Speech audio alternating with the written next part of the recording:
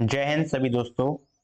Friends, इस class में हम लोग करने वाले हैं ग्रुप डी 2022 के साइंस के प्रीवियस ईयर क्वेश्चन। ठीक है, तो आज के इस ऋण में हम करने वाले हैं 5 सितंबर 2022 का पहली शिफ्ट का पेपर। ठीक है, इसमें आपके 100 क्वेश्चन पूरे पूछे गए थे। ठीक है, 100 क्वेश्चन का आपको सीबीटी होता है एग्जाम ग्रुप डी में, और जिसमें से आपके 25 क्वेश्चन साइंस के होते हैं। ठीक है, मैं बार बार क्लास में इसलिए बताता हूँ ताकि आपको याद रहे कि 25 नंबर आपके 100 में से बहुत बड़ा वेटेज है, 25%। ठीक है, यहीं से आपका मेरिट डिसाइड होगा। ठीक है, कि आप कितने ऊपर तक जा पाते हैं, कितना मैक्सिमम नंबर गेन कर सकते हैं एग्जाम में।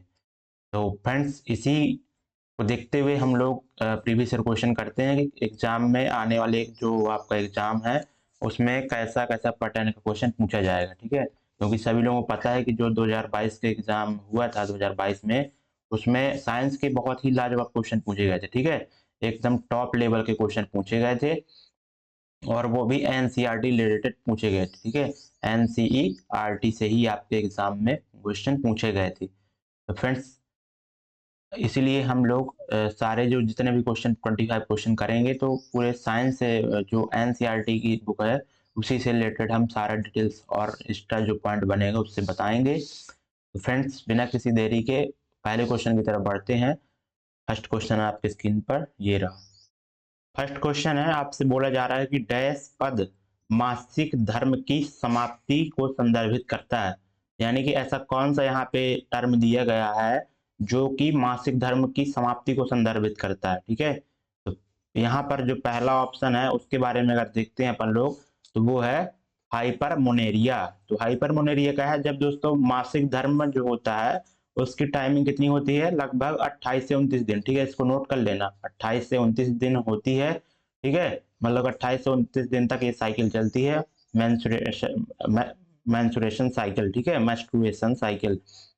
लेकिन अगर यही मेंस्ट्रुएशन साइकिल यानी कि मासिक धर्म चक्र जो है आपका 30 28 29 से अगर ज्यादा दिनों तक चलता रहे, उसका टाइम पीरियड एक्स्ट्रा हो जाए और ब्रीडिंग वहीं से कुछ ज्यादा लंबे समय तक होती रहे, तो उसी को आप पर हाइपरमोनेरिया कह देते हैं। ठीक है, और जो रजो धर्म है, तो रजो धर्म क्या होता है फ्रेंड्स? रजो धर्म ये होता है कि जब आपका जो है तो फीमेल्स में जो अंडाशय होता है, तो वो प्रत्येक माह एक अंडे का क्या कर देता है, मतलब कि एक अंडे का उत्पादन करता है।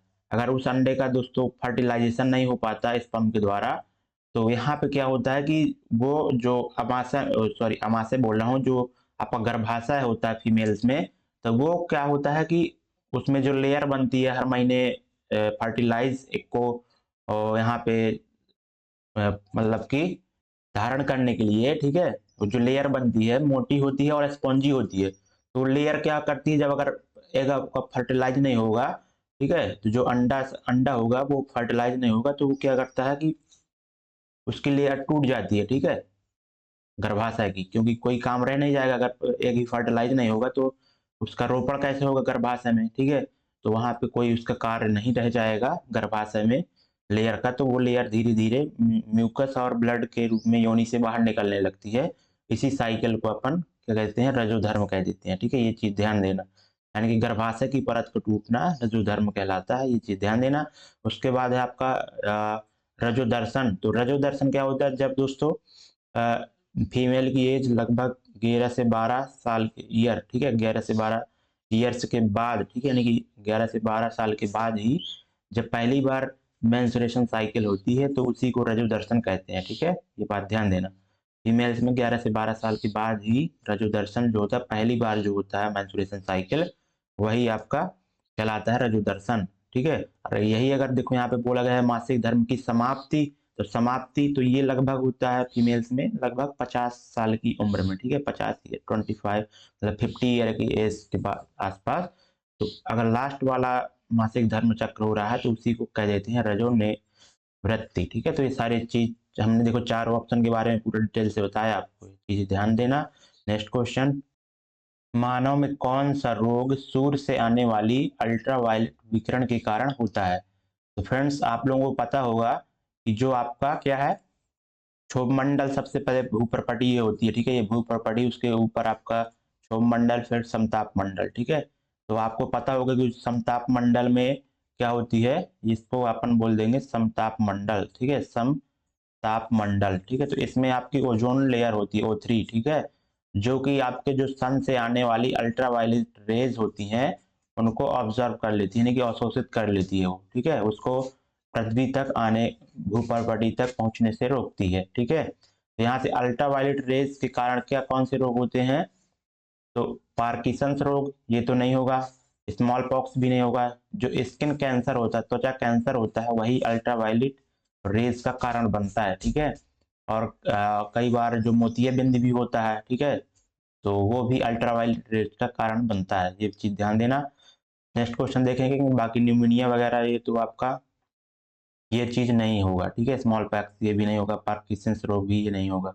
और जो आपका ये पार्किंसंस डिजीज है, ये आपका ब्रेन संबंधी आपका एक विकार है, इसमें आपका इसमें कंपन वगैरह आपका जो होने लगता है ना, ठीक है, उम्र के साथ धीरे धीरे तो वाइब्रेशन होने लगता है, और अकड़न और संतुलन संबंधी जितने भी यहाँ पे समस्याएं होती हैं वो पार्किंसंस रोग के कारण ही होती हैं। ठीक है, और ये दोस्तों समय के साथ ये बीमारी बढ़ती ही जाती है।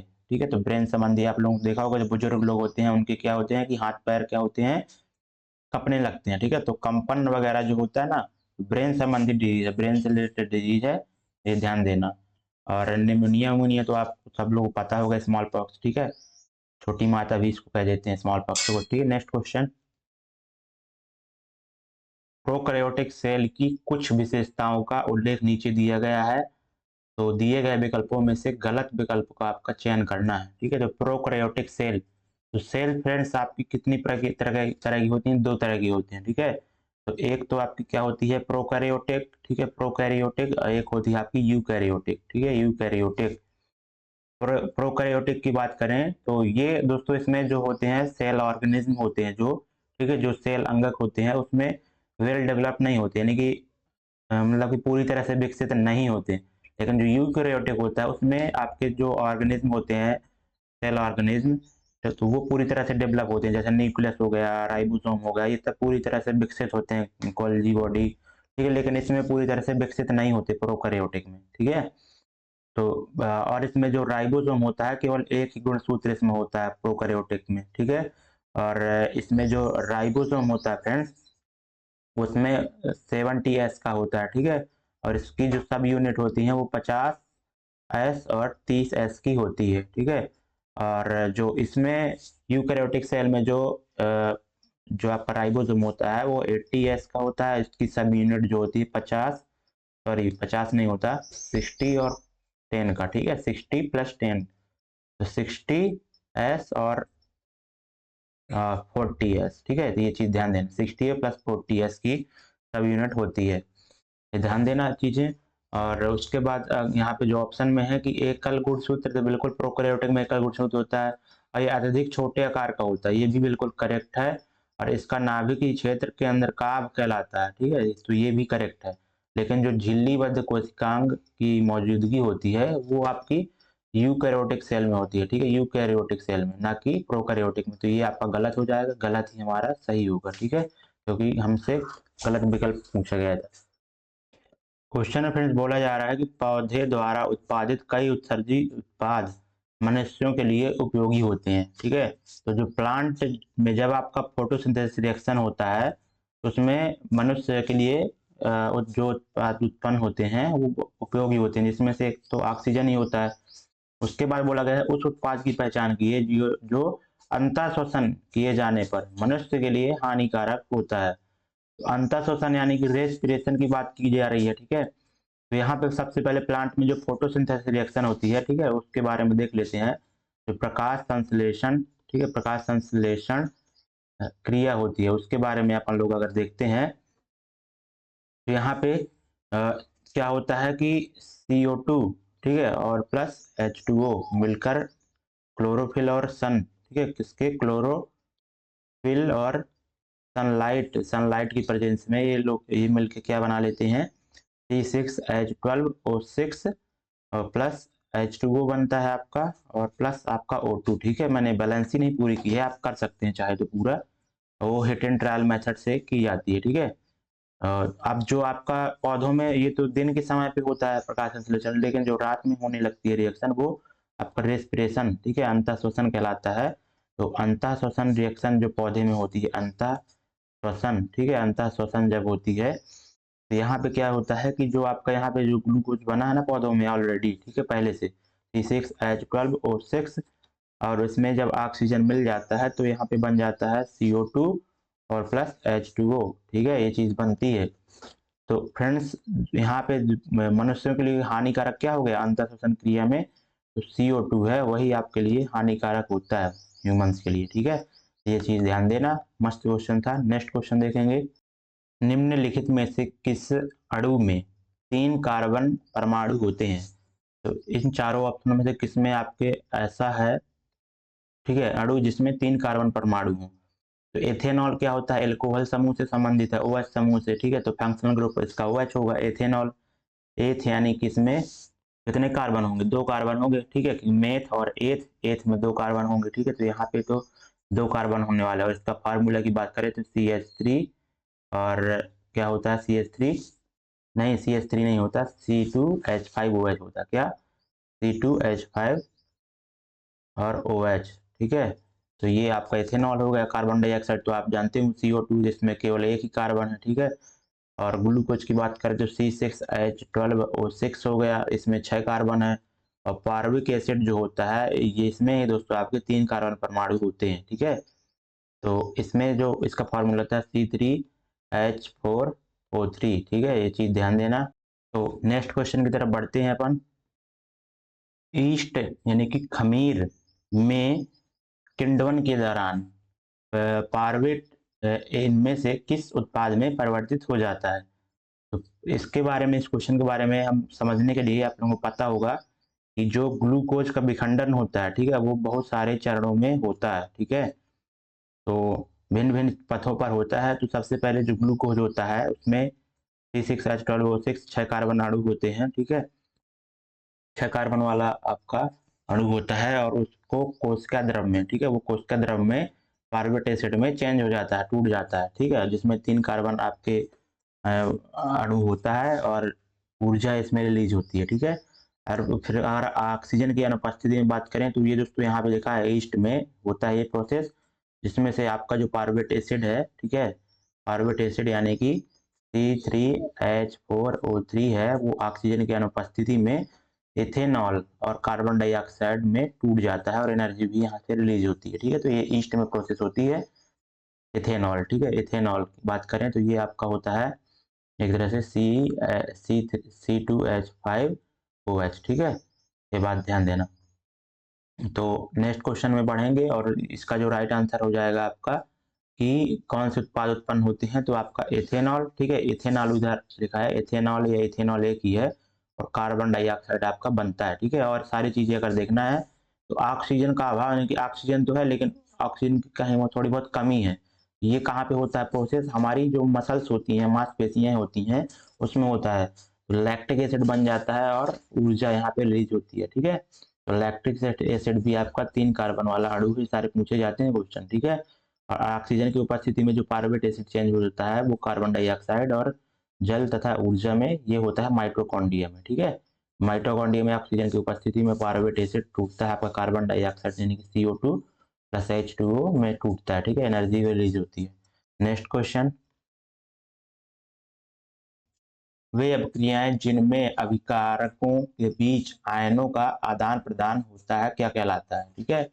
तो सबसे पहले आपको पता होगा कि जो आयंस होते हैं ना, ठीक है, उनके अगर आदान प्रदान हो रहा है आपस में, ठीक है, तो इसके बारे में अगर रिएक्शन की बात करें तो एक अगर हम केमिकल रिएक्शन अगर लिख लेते हैं, ठीक है, हम ले लेते हैं H2SO4 और प्लस HCl, ठीक है, नहीं ये दोनों अम्ल हो जाएंगे तो रिएक्शन नहीं करेंगे, तो अपन लोग क्या लेते हैं, एक क्षार ले लेते हैं, क्या, NaOH, ठीक है, NaOH, ठीक है।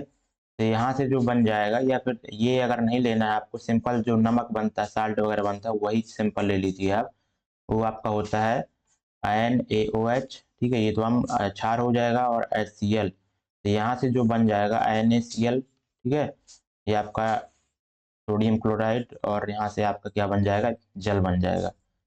तो यहाँ पे आप देख सकते हैं कि ये आपकी एक तरह की क्या है, डबल डिस्प्लेसमेंट रिएक्शन है, क्योंकि ये देखो सोडियम आयन और OH आयन, ठीक है, हाइड्रोजन आयन और क्लोरीन आयन, ये आपस में जो सोडियम और क्लोरीन आपस में यहाँ पे मिल गए, और यहाँ पे OH और प्लस H, ठीक है, तो यहाँ पे H2O बन गया, यानी कि आयनों का जो है आदान प्रदान हो रहा है, यानी कि डबल डिस्प्लेसमेंट रिएक्शन यहाँ पे हो रही है, ठीक है, क्योंकि आपस में चेंज कर रहा है, 2 बार विस्थापन हो रहा है आयनों का, ठीक है, 2 जगह। और जो विस्थापन रिएक्शन होती है वो उसमें केवल एक ही जगह आपका आयंस एक्सचेंज करते हैं, और जो अवक्षेपण रिएक्शन होती है ये भी डबल डिस्प्लेसमेंट रिएक्शन ही होती है, ठीक है, ये भी ध्यान देना। और नेक्स्ट क्वेश्चन देखेंगे, यदि 4 ओम के एक प्रतिरोधक को 12 वोल्ट की बैटरी से जोड़ा जाता है तो उसके द्वारा उपभोक्त शक्ति क्या होगी। तो पावर बराबर क्या होता है, P बराबर VI फॉर्मूले होता है, ठीक है। तो अब यहाँ पे देखो धारा तो आपको पता नहीं है, ठीक है, तो धारा आप चाहे तो निकाल सकते हैं, नहीं निकालना तो आपको लोग पता होगा, I बराबर क्या होता है, V/R फॉर्मूला होता है, ठीक है। तो I की जगह आप क्या रख सकते हैं, V/R, यानी कि अगर I की जगह V/R रखेंगे तो V²/R आपका हो जाएगा। तो यहाँ से P बराबर क्या हो जाएगा, V² आपका 12 है, तो इसको 144/R कितना है, 4। तो यहाँ से जब काटेंगे 4 3 12 और बचेगा 2, ठीक है, 4 4 बट्ठी 32, ठीक है, 4 बट्ठी 32 नहीं, 4 6 24, ठीक है, तो 36 वाट आपका राइट आंसर हो जाएगा। वाट यानी कि W, ठीक है, जब पावर की यूनिट होती है ऐसा यूनिट, तो वो वाट होती है, ठीक है।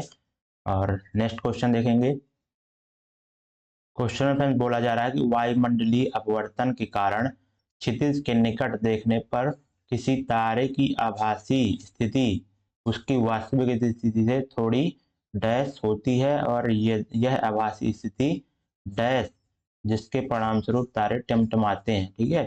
तो तारों का टिमटिमाना आपको पता होगा कि किसके कारण होता है, वायुमंडलीय अपवर्तन के कारण होता है, ठीक है, क्योंकि जो लेयर होती हैं वायु की वो अलग अलग लेयर होती हैं, ठीक है, किसके आधार पर अलग अलग होती हैं, वो गर्माहट के आधार पर, गर्म होने के आधार पर, ठीक है।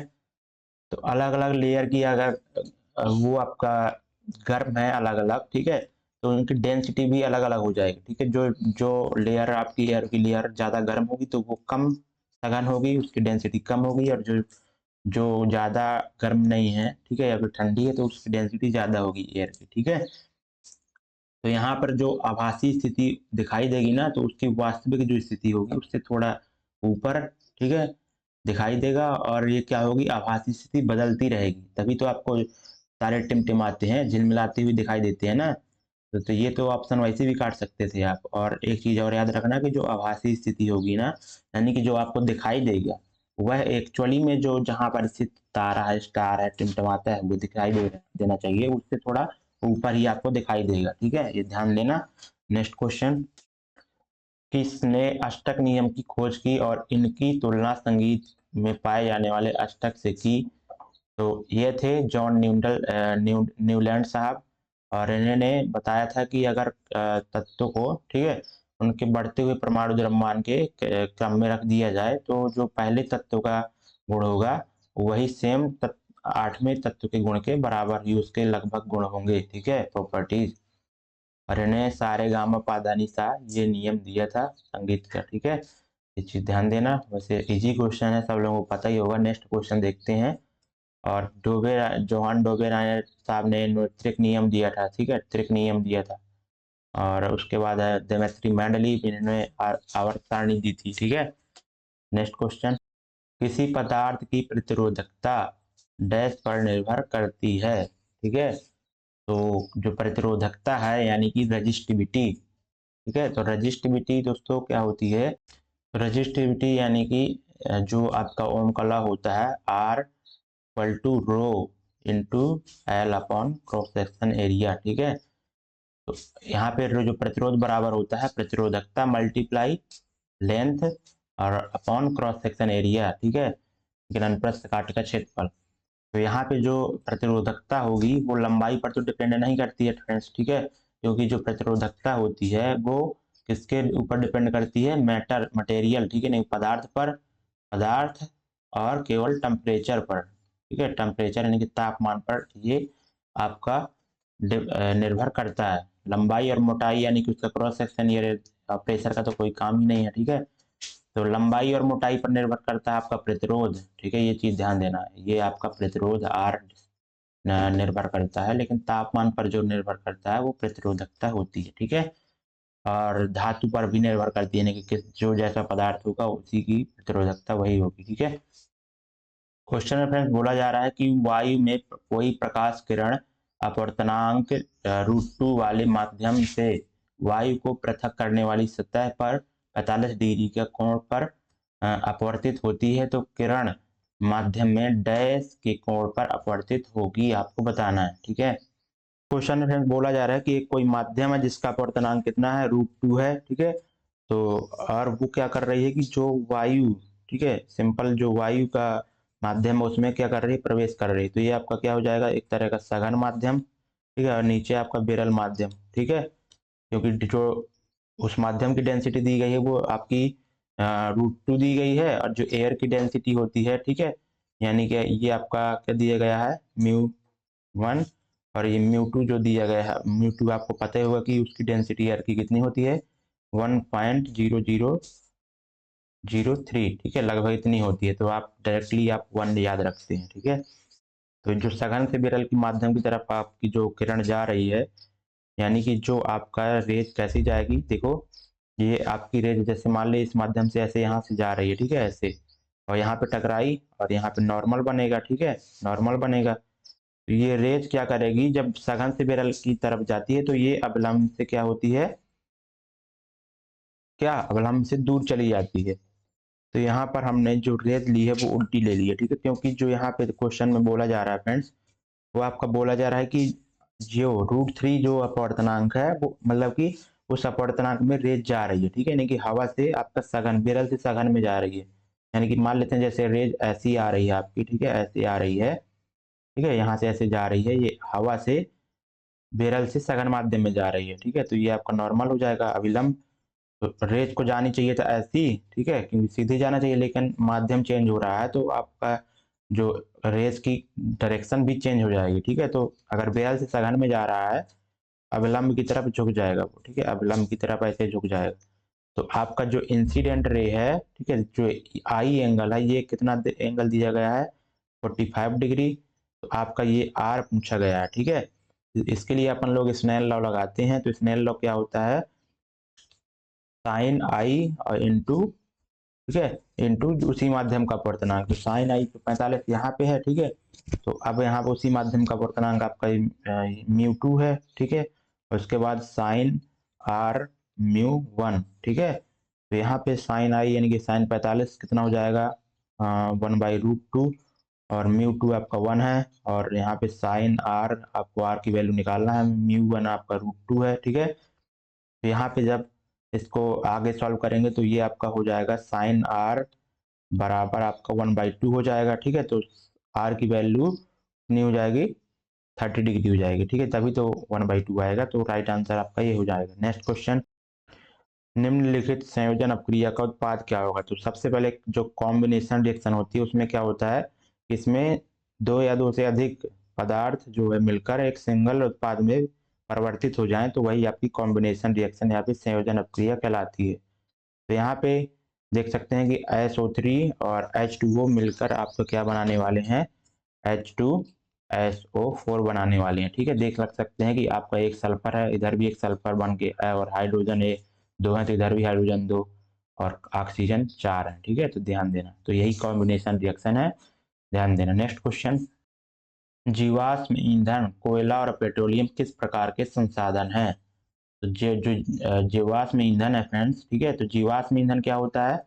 जब बहुत साल पहले, ठीक है, यानी कि बहुत साल तक जब बहुत ही जमीन के गहराई में पेड़ पौधे या फिर जानवर दब जाते हैं, तो ठीक है, बहुत समय बाद उसमें जब अधिक टेम्परेचर और अधिक दाब पड़ता है तो वो जीवाश्म ईंधन में चिपचिपे पदार्थ में आपके चेंज हो जाते हैं, ठीक है, और उसी को आपको जीवाश्म ईंधन कहते हैं। तो बोला जा रहा है कि ये कैसा आपका संसाधन है? तो अक्षय या असमाप्त है, तो क्या समाप्त कभी नहीं होगा क्या? असमाप्त तो नहीं है, ठीक है, क्योंकि आपको पता होगा कि पेट्रोलियम कोयला धीरे धीरे समाप्त होता जा रहा है, क्योंकि बहुत ज्यादा दोहन किया जा रहा है इनका।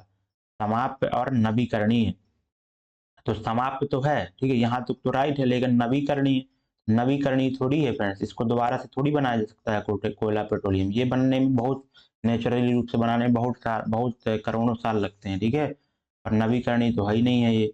तो आपका जो समाप्त भी है, यानी कि समाप्ति भी हो जाएगा अगर आप इसका यूज करते जा रहे हैं, और ये गैर नवीकरणीय है, ठीक है, यानी कि इसको दोबारा नहीं बनाया जा सकता अगर एक बार खर्च हो गया, ठीक है। नेक्स्ट क्वेश्चन, किस वस्तु को एक 6 सेंटीमीटर फोकस दूरी वाले अवतल दर्पण के सामने 24 सेंटीमीटर की दूरी पर रखा गया है, ठीक है, तो यहाँ पे बोला जा रहा है कि दर्पण द्वारा उत्पन्न आवर्धन यानी कि मैग्निफिकेशन आपको बताना है।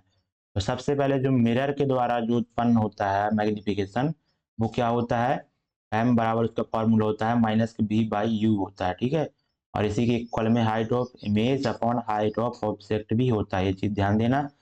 तो अपन को यहाँ पे हाइट ऑफ इमेज या फिर हाइट ऑफ ऑब्जेक्ट तो यहाँ पे दी ही नहीं गई है, तो हम नहीं निकाल पाएंगे, तो बी और यू की वैल्यू हमें पता होनी चाहिए।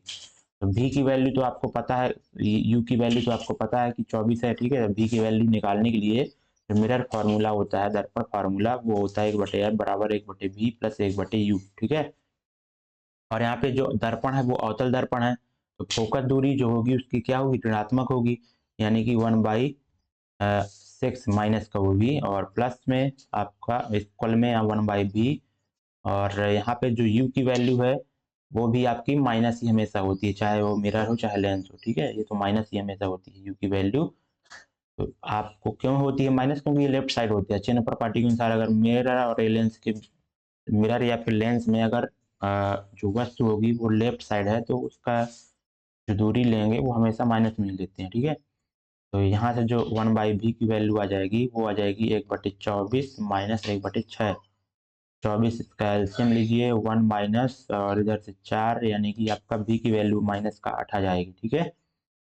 तो यहाँ से आप जब m की वैल्यू आप निकालेंगे तो v की वैल्यू माइनस का 8 रखेंगे, तो माइनस से माइनस कट जाएगा माइनस से, ठीक है, क्योंकि आप ऐसे रखेंगे ना, और u की वैल्यू आपकी कितनी है, -24, ठीक है, -24, क्लियर है ना। और इसके बाद ये माइनस से माइनस कट गया, 8 से 24, तो माइनस का 1/3 आपका राइट आंसर हो जाएगा, ठीक है।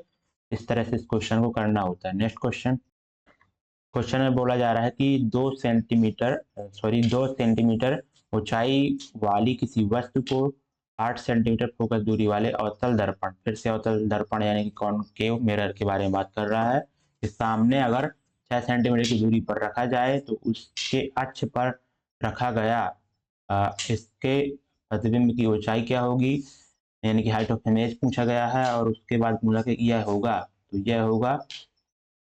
तो यहाँ पे सबसे पहले देखो, एक अवतल दर्पण के बारे में बात कर रहा है, तो अवतल दर्पण अपन लोग बना लेते हैं, ड्रॉ कर लेते हैं, और ये इसका रहेगा पोल, ठीक है, ये इसका रहेगा फोकस लेंथ, और ये होगा वक्रता केंद्र, ठीक है। तो यहाँ पे जो है ये आपका सबसे पहले जो आपका फोकस दूरी दिया गया है वो 8 सेंटीमीटर दिया गया है, ठीक है, यानी कि यहाँ से यहाँ तक की जो डिस्टेंस दी गई 8 सेंटीमीटर दी गई है, और जो वस्तु को रखा जा रहा है वो 6 सेंटीमीटर, यानी कि यहाँ पे कहीं पे रखा जाएगा, ठीक है, ये डिस्टेंस आपकी 6 सेंटीमीटर दी गई है। तो मैंने आपको अवतल दर्पण के बारे में कई बार बताया कि अगर आप वस्तु को फोकस दूरी के राइट साइड रख रहे हैं ना, तो वो आपका जो प्रतिबिंब बनेगा वो कैसा होगा, आपका आभासी बनेगा, ठीक है, आभासी, और आभासी में हमेशा क्या होता है, सीधा होता है, ठीक है। तो जो उल्टा ऑप्शन होगा तो उसको तो पहले काट ही दीजिए, ठीक है, ये भी ध्यान देना। और जो पहला है कि इसके प्रतिबिंब यहाँ पे कि 2 सेंटीमीटर से कम होगा, क्योंकि जो हाइट ऑफ ऑब्जेक्ट है वो क्या है, 2 सेंटीमीटर है, ठीक है। तो मैंने आपको बताया था कि अगर आपका जो वस्तु है वक्रता केंद्र के अगर लेफ्ट साइड रखिए कहीं पे, ठीक है, अवतल दर्पण में अगर वक्रता केंद्र के लेफ्ट साइड अगर कहीं भी रखिए तो वो इमेज हमेशा छोटी बनाएगा वस्तु से, ठीक है। अगर वक्रता केंद्र पर रख दिया जाए तो इमेज समान आकार की बनेगी, लेकिन जितना ऑब्जेक्ट होगा उतना इमेज बनेगा। लेकिन अगर ऑब्जेक्ट आपका वक्रता केंद्र के राइट साइड में कहीं भी रखा है तो वो आपका इमेज हमेशा बड़ा ही बनेगा वस्तु से, ठीक है। 2 सेंटीमीटर से कम तो बनेगा नहीं, मतलब कि यहाँ पे सॉरी यहाँ पे देखो 2 सेंटीमीटर से कम तो बनेगा ही नहीं, तो ये भी आपका गलत हो जाएगा। 2 सेंटीमीटर से अधिक बनेगा, ठीक है। बाकी हमसे अगर पूछा गया होता तो फिर वहाँ पे फॉर्मूला लगाते हैं एग्जैक्ट वैल्यू निकालने के लिए, ठीक है। नेक्स्ट क्वेश्चन, क्वेश्चन में बोला जा रहा है कि आनुवांशिकता को प्रभावित करने वाले कारकों के संबंध में मेंडल ने निम्नलिखित में से कौन सी महत्वपूर्ण खोज की थी, ठीक है। तो हेरिडिटी यानी कि आनुवांशिकता के बारे में ग्रेग जॉन मेंडल साहब ने बहुत ही भयंकर डिस्कवरी की थी, ठीक है, जो कि आगे चल के बहुत ही हेल्पफुल हुई अन्य थ्योरी को जानने में, ठीक है। तो पहला है कि एक पीढ़ी की सभी संतानों केवल माता पिता में से ही एक की तरह दिखती हैं, तो ऐसा कुछ नहीं था। और जो इसका चौथा ऑप्शन आप डायरेक्टली देखें तो यौन प्रजनन करने वाले जीवों में कारकों को का युग्म उनके अभिलक्षणों को व्यक्त करता है, ठीक है। तो ये चीज आपकी राइट थी, बाकी ये सारी चीजें गलत हैं, ठीक है। ये चीज ध्यान देना, ऑप्शन बहुत ही लाजवाब क्वेश्चन है। क्वेश्चन में फ्रेंड्स बोला जा रहा है कि कार्बन डाइऑक्साइड अणु में ऑक्सीजन परमाणु, ठीक है, द्वारा एक कार्बन परमाणु के साथ कितने इलेक्ट्रॉनों की साझेदारी की जा रही है। तो सबसे पहले जो CO2 का फार्मूला होता है वो होता है CO2, ठीक है। और इसमें जो आपका कार्बन परमाणु है उसके जो बातम कक्षा में इलेक्ट्रॉनों की संख्या होती है 4 होती है, ठीक है। तो 4 इलेक्ट्रॉनों को आप ऐसे रख दीजिए, ठीक है। और उसके बाद यहाँ पे बोला जा रहा है कि क्या है ऑक्सीजन, ठीक है। ऑक्सीजन, ऑक्सीजन की बाहरी कक्षा में कितने इलेक्ट्रॉन होते हैं आपको पता होगा, वो होते हैं आपके 2 और 4 यानी कि 2 और 6 यानी कि बाहरी कक्षा में 6 इलेक्ट्रॉन होते हैं, ठीक है। तो ऑक्सीजन की बाहरी कक्षा में 6 इलेक्ट्रॉन होते हैं, तो दोनों को अष्टक अगर पूरा करना है तो यहाँ पे आप देख सकते हैं कि जो ऑक्सीजन की बाहरी कक्षा में 6 इलेक्ट्रॉन है, ठीक है, 6 इलेक्ट्रॉन है, यानी कि इसको अगर अष्टक पूरा करना है तो 2 इलेक्ट्रॉन की जरूरत होगी, ठीक है। एक ऑक्सीजन परमाणु को 2 इलेक्ट्रॉन की आवश्यकता होगी, ठीक है। तो यहाँ पे जो हम ऐसे स्ट्रक्चर बनाएंगे, ठीक है, ऐसे बनता है CO2 का। तो यहाँ पे एक ऑक्सीजन अणु आ जाएगा, एक ऑक्सीजन परमाणु, इधर एक ऑक्सीजन परमाणु, ठीक है। तो यहाँ से ऐसे इसका स्ट्रक्चर बनेगा। बाहरी कक्षा में आपके 6 इलेक्ट्रॉन होते हैं ऑक्सीजन में, ठीक है। तो इनको हम सेट कर देते हैं ऐसे, ठीक है। तो अब देखो आपको कार्बन को अगर अष्टक पूरा करना है तो उसको 8 इलेक्ट्रॉन उसको भी चाहिए होगा, ठीक है। तो आप देख सकते हैं कि देखो यहाँ पे अगर इनने बॉन्डिंग कार्बन ने कर ली, ठीक है, सहसहजी बंद, ठीक है, तो साझेदारी इलेक्ट्रॉन की करते हैं ये, ठीक है।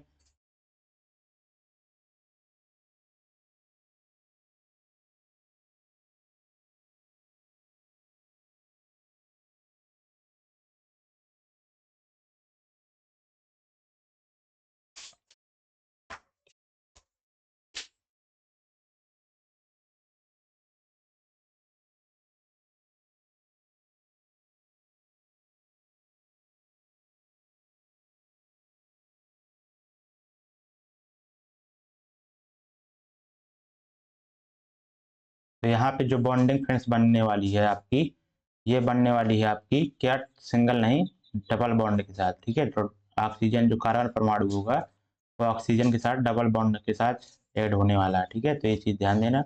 यहाँ से देखो ये डबल बॉन्ड, ठीक है, तभी तो अष्टक पूरा होगा कार्बन का, 8 इलेक्ट्रॉन आएंगे, ठीक है। देखो कार्बन का तो अष्टक पूरा करने के लिए देखो ये पूरा स्ट्रक्चर ये बन गया, ठीक है। देखो 8 इलेक्ट्रॉन होंगे इसमें। और अगर ऑक्सीजन परमाणु की बात करें तो ये ऐसे बनाएगा, ठीक है, इसमें 8 इलेक्ट्रॉन हो जाएंगे और ये इसमें 8 इलेक्ट्रॉन हो जाएंगे। तो क्वेश्चन में पूछा जा रहा है कि एक ऑक्सीजन परमाणु द्वारा एक कार्बन परमाणु के साथ कितने इलेक्ट्रॉनों की साझेदारी की जाती है। तो जो एक ऑक्सीजन परमाणु है तो कार्बन के कितने परमाणु के साथ, मतलब कितने इलेक्ट्रॉन के साथ वो साझेदारी कर रहा है, तो 2 इलेक्ट्रॉन के साथ साझेदारी कर रहा है, ठीक है। क्योंकि देख सकते हैं कि जो ऑक्सीजन परमाणु ये है और कार्बन परमाणु ये है, तो इसके 2 इलेक्ट्रॉन तो ही तो ले रहा है, जो कि आपके कौन से हैं, ले नहीं रहा, मतलब कि साझेदारी कर रहा है, एक ये रहा एक ये रहा, ठीक है। इसी तरह इस परमाणु ये परमाणु भी आपके 2 इलेक्ट्रॉन से ही साझेदारी कर रहा है, ठीक है। इसलिए 2 इसका राइट आंसर हो जाएगा। नेक्स्ट क्वेश्चन, नीचे दिए गए कथनों पर विचार कीजिए और सही उत्तर का चयन कीजिए। पहला है कि डोबे रायनर ने प्लेटिनम पर उत्प्रेरक के रूप में पहला परीक्षण किया और तत्वों के समान त्रिक की खोज की, जिसे तत्वों की आवर्त सारणी का विकास हुआ। बिल्कुल करेक्ट है। जो डोबे रायनर के त्रिक थे उसके लिए आपका उपयोगी था प्लेटिनम में, उन्होंने प्लेटिनम पर उत्प्रेरक के रूप में पहला परीक्षण किया था, ठीक है। ये करेक्ट है आपका। और ये JW ड्रोबेनायर जेना विश्वविद्यालय में रासायनिक विज्ञान और फार्मेसी के प्रोफेसर थे। ठीक है, तो ये सारा NCERT से लिया गया है, दोनों करेक्ट है। ठीक है, तो जेना विश्वविद्यालय में रासायनिक विज्ञान के फार्मेसी के प्रोफेसर थे। ठीक है, ध्यान देना। नेक्स्ट क्वेश्चन देखेंगे। क्वेश्चन में बोला जा रहा है कि टूथपेस्ट प्रकृति में कैसे होते हैं, समानता क्षारीय होते हैं। ठीक है, क्षारीय क्यों रखा जाता है, क्योंकि आप लोगों को पता है जब आप भोजन करते हैं तो जो आपके दांतों के बीच में बैक्टीरिया होते हैं वो क्या होते हैं कि जो दांतों के बीच फंसा हुआ भोजन होता है उसको पचाकर एसिड बनाते हैं। ठीक है, और इसी एसिड को अगर आपको धुलना है तो आपको क्षार ही तो ऐड करना होगा ना, बेसिक ही ऐड करना होगा ना, तभी तो एसिड धुल पाएगा। ठीक है, इसलिए आपका जो टूथपेस्ट होता है क्षारीय प्रकृति का होता है। बोला जा रहा है कि यदि किसी AC जनरेटर के आर्मेचर को तेजी से घुमाया जाता है तो क्या होगा। ठीक है, तो प्रेरित धारा में कोई परिवर्तन नहीं होगा, ऐसा कुछ नहीं है। प्रेरित विभवांतर घटेगा, प्रेरित धारा घटेगी, तो जो प्रेरित विभवांतर होगा वो फ्रेंड्स क्या होगा, बढ़ेगा। ये आपका करेक्ट आंसर है। ठीक है, तो जो आर्मेचर होता है फ्रेंड्स, तो वो क्या होता है, वो होता है एक नर्म लोहे का रोड है जिसमें आपकी वायरिंग होती है। ठीक है। ठीक है, नेक्स्ट क्वेश्चन। क्वेश्चन में बोला जा रहा है कि किसी चुंबक के चारों ओर का वह क्षेत्र जिसमें चुंबक द्वारा बल लगाया जाता है तो उसको क्या कहते हैं, चुंबकीय क्षेत्र। ठीक है, कोई मैग्नेट रखा है और वो जहां तक, जिस एरिया तक वो क्या कर रहा है, अपना चुंबकत्व गुण दर्शा रहा है। ठीक है, और वहां पे फोर्स लगा रहा है तो उसी को चुंबकीय क्षेत्र कह देते हैं। फ्यूज तार से संबंधित निम्न कथनों पर विचार कीजिए। ठीक है, तो जो फ्यूज वायर होता है उसका यूज किसके लिए करते हैं, विद्युत सर्किट को तोड़ने के लिए। ठीक है, जब भी भरण होता है यानी कि जब ओवरलोडिंग होती है तो यहाँ पे अपने उपकरणों को बचाने के लिए, इलेक्ट्रिक उपकरणों को बचाने के लिए अपन फ्यूज तार यूज करते हैं। ठीक है, और ये फ्यूज तार जो है वो बना होता है आपका किसका, होता है SN यानी कि टिन और लेड के मिक्सचर का। ठीक है, SN और PV के मिक्सचर का। ठीक है, और यह उपकरण के साथ श्रेणी क्रम में संयोजित होता है। तो बिल्कुल आपका करेक्ट है। ठीक है, तो जो सीरीज में ही आपका फ्यूज तार यूज किया जाता है और यह निम्न गलनांक वाले पदार्थ से बना होता है। बिल्कुल, जो इसका मेल्टिंग पॉइंट होता है उसका बहुत ही कम होता है जिससे आसानी से गल सके। ठीक है, नेक्स्ट क्वेश्चन। निम्न में से कौन सी धातुएं वैद्युत अपघटन द्वारा प्राप्त की जाती हैं। ठीक है, तो जो फ्रेंड्स मेटल्स होती है ना वो क्या होती हैं कि जो प्रकृति में पाई जाती हैं, भू प्रकृति में वो बहुत सारी अशुद्धियों में पाई जाती हैं। ठीक है, तो वैद्युत अपघटन तो वैसे तो जो मैक्सिमम होता है तो वो तो आसानी से प्राप्त कर सकते हैं धातुओं को, लेकिन जो बहुत ज्यादा रिएक्टिव होती हैं, ठीक है, जैसे कि आपका पोटेशियम हो गया, सोडियम हो गया, ठीक है, कैल्शियम हो गया, मैग्नीशियम हो गया, एल्यूमिनियम हो गया, तो ये बहुत ही ज्यादा रिएक्टिव मेटल्स होती हैं और ये आसानी से अशुद्धि को नहीं छोड़ती हैं अपने साथ से। ठीक है, तो इसके लिए आपको वैद्युत अपघटन रिएक्शन करानी पड़ती है। तो नेक्स्ट तो यहाँ पे जो राइट आंसर हो जाएगा तो इसमें से आपका सोडियम देखो, और ये Ag और सिल्वर तो बहुत कम ही रिएक्टिव होती हैं, मैग्नीशियम, एल्यूमिनियम। ठीक है, तो ये आपका राइट आंसर ये हो जाएगा। ठीक है, सोडियम, मैग्नीशियम और एल्यूमिनियम। ठीक है, नेक्स्ट क्वेश्चन। निम्नलिखित रासायनिक अभिक्रिया पर विचार कीजिए। तो यहाँ पे कार्बन मोनोऑक्साइड और H2 मिलकर क्या बनाएंगे। ठीक है, और ये एक तरह से आपकी कॉम्बिनेशन रिएक्शन ही होने वाला है क्योंकि संयोजन अभिक्रिया है, दो पदार्थ मिलकर एक सिंगल उत्पाद बना रहे हैं। ठीक है, तो यहाँ पे सिंपल देख सकते हैं कि CHO प्लस H2 तो नहीं बनने वाला। ठीक है, तो ये तो नहीं होगा, और जो यही आपका हो जाएगा क्या, एथेनॉल। ठीक है, एथेनॉल की मेथेनॉल, ये मेथेनॉल होता है इसका फार्मूला CH3OH। ठीक है, एक ही कार्बन है, मेथ और OH फंक्शनल ग्रुप है यानी कि नॉल ऑल लगेगा। ठीक है, मेथेनॉल। ठीक है, नेक्स्ट क्वेश्चन। नेक्स्ट क्वेश्चन नहीं है फ्रेंड्स, इतने ही क्वेश्चन है आपके 25 क्वेश्चन। ठीक है, मैंने करा दिए हैं। दोस्तों सेशन कैसा लगा, अगर आप नए हो चैनल पे तो चैनल को सब्सक्राइब जरूर कर लें और वीडियो को लाइक कर दें। थैंक यू सो मच, जय हिंद।